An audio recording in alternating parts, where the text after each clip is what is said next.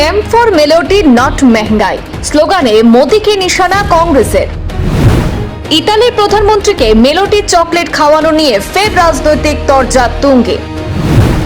দেশ সংকটে আর প্রধানমন্ত্রী বিদেশে রিল বানাতে ব্যস্ত, কটাক্ষ রাহুল গান্ধীর। নিট প্রশ্ন ফাঁস, মূল্যবৃদ্ধি, বেকারত্ব ইস্যু তুলে মোদির সমালোচনায় কংগ্রেস। দেশের সামনে অর্থনৈতিক ঝড় আসতে চলেছে, বিস্ফোরক দাবি রাহুল গান্ধীর। পেট্রোল ডিজেলের দাম বৃদ্ধি, সার সংকট এবং কৃষকদের ক্ষতির আশঙ্কার কথা তুলে ধরলেন রাহুল। বিদেশ সফরে ইতালির প্রধানমন্ত্রীর সঙ্গে মেলোডি মুহূর্তকে দেশের অপমান বলে কটাক্ষ রাহুল গান্ধীর।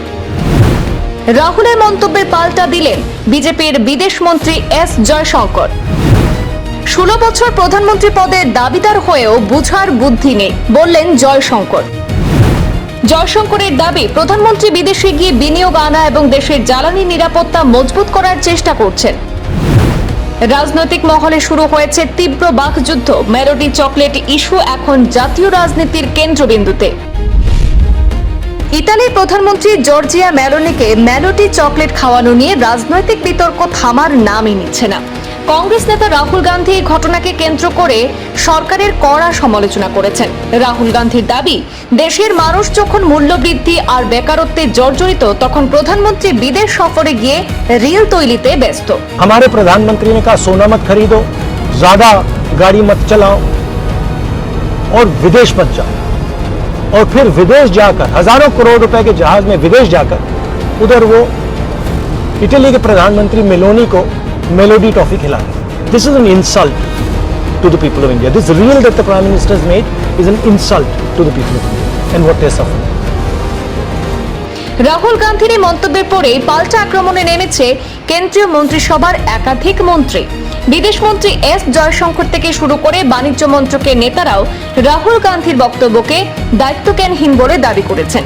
বিদেশ মন্ত্রীর বক্তব্য যে প্রধানমন্ত্রী নরেন্দ্র মোদী বিদেশ সফরের মাধ্যমে নাকি ভারতে বিনিয়োগ আনার চেষ্টা করছেন। তবে এই প্রসঙ্গে একাধিক প্রশ্ন উঠতে শুরু করেছে রাজনৈতিক মহলে। প্রশ্ন উঠছে, যদি বিদেশি বিনিয়োগের পরিবেশ এতটাই অনুকূল হয়, তাহলে টেসলার মতো সংস্থা কেন ভারতে বড় প্রকল্প শুরু করতে পিছিয়ে যাচ্ছে? কেন বিদেশি প্রাতিষ্ঠানিক বিনিয়োগকারীরা বা এফআইআইআররা ভারতীয় বাজার থেকে বিনিয়োগ তুলে নিচ্ছে? কেন কমছে বিদেশি প্রত্যক্ষ বিনিয়োগ বা এফডিআই? অর্থনৈতিক বিশ্লেষকদের একাংশের মতে, বিদেশি বিনিয়োগ কমে যাওয়া দেশের অর্থনীতির জন্য বড় সতর্কবার্তা। কারণ বিদেশি বিনিয়োগ কমলে কর্মসংস্থানেও তার প্রভাব পড়তে পারে। বিরোধীদের অভিযোগ, দেশে বিনিয়োগ বান্ধব পরিবেশ ক্রমশ দুর্বল হচ্ছে, আর সেই কারণে বহু বিদেশি সংস্থা ভারত থেকে দূরত্ব বজায় রাখছে। এদিকে শাসক দলের দাবি যে বিরোধীরা ইচ্ছাকৃতভাবে দেশের ভাবমূর্তি ক্ষুণ্ণ করার চেষ্টা করছে। রাজনৈতিক চাপানোতরের মধ্যেই মেলোডি চকলেট বিতর্ক এখন জাতীয় রাজনীতির নতুন আলোচ্য বিষয় হয়ে উঠেছে।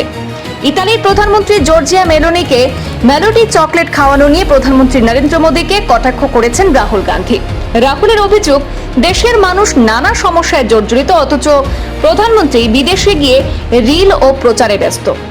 এদিকে নিট প্রশ্ন ফাঁস, মূল্যবৃদ্ধি, বেকারত্ব এবং অর্থনৈতিক সংকটের প্রসঙ্গে রাহুল গান্ধী বলেন, দেশের সামনে বড় অর্থনৈতিক ঝড় আসছে। রাহুল গান্ধী আরো দাবি করেন, পেট্রোল ডিজেলের দাম বাড়বে, সারের সংকট দেখা দেবে এবং কৃষকরা বড় ক্ষতির মুখে পড়বেন। বিদেশ সফরে বিলাসবহুল বিমানে গিয়ে ইতালির প্রধানমন্ত্রীর সঙ্গে মেলোডি মুহূর্তকে তিনি দেশের অপমান বলেও মন্তব্য করেছেন। এদিকে রাহুলের এই মন্তব্যের তীব্র পাল্টা জবাব দিয়েছেন বিদেশ মন্ত্রী এস জয়শঙ্কর। তিনি রাহুল গান্ধীকে কটাক্ষ করে বলেছেন, 16 বছর প্রধানমন্ত্রী পদের দাবিদার হয়েও বিষয়টি বুঝার বৌদ্ধিক ক্ষমতা নেই রাহুলের। এই ঘটনাকে ঘিরে এখন রাজনৈতিক মহলে তীব্র বিতর্ক শুরু হয়েছে।